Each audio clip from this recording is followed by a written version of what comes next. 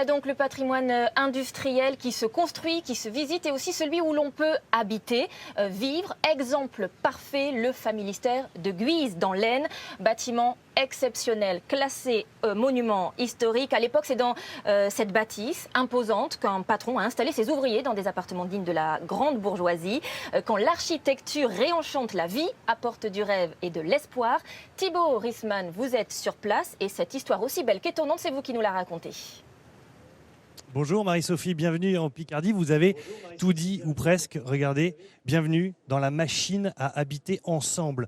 Il faut se replacer dans le contexte de cette fameuse révolution industrielle. On est dans une phase où tout est en train de se jouer au niveau économique.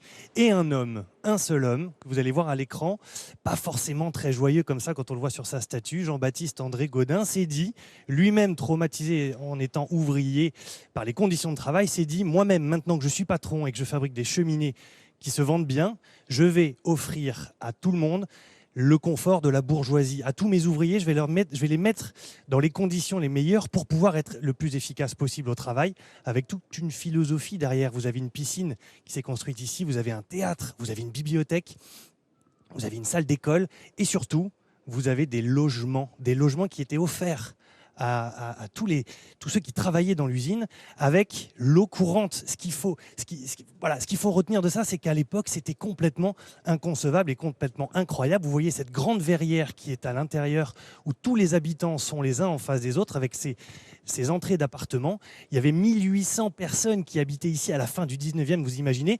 Et donc, vous le disiez, Marie-Sophie, 1800 personnes à l'époque. Il y en a encore 20 aujourd'hui qui habitent ici. Patrick, bonjour. Bonjour. Vous êtes le gardien, l'homme des clés ici de ce familistère. Vous êtes un familistérien, on va dire ça comme ça. Vous connaissez ce familistère depuis l'âge de 5 ans. On est dans l'appartement de votre maman ici. Ma maman, oui. Et donc, on est arrivé ici en 73 et bon, c'est vrai qu'habiter au familistère, c'est une chance parce qu'avoir une cour couverte, avoir l'eau courante, les toilettes. Ces appartements étaient extrêmement modernes à l'époque. Hein. C'était vraiment quelque chose de tout nouveau pour tout le monde.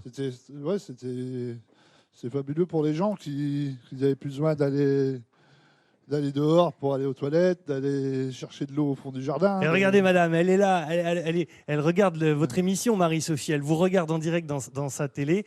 Et voilà, cette personne habite encore ici. C'est donc un musée véritablement habité. Et c'est un musée que vous pouvez venir visiter à l'occasion de ces journées du patrimoine, découvrir cette révolution morale que Gaudin avait lancée à l'époque. Merci de nous avoir accueillis.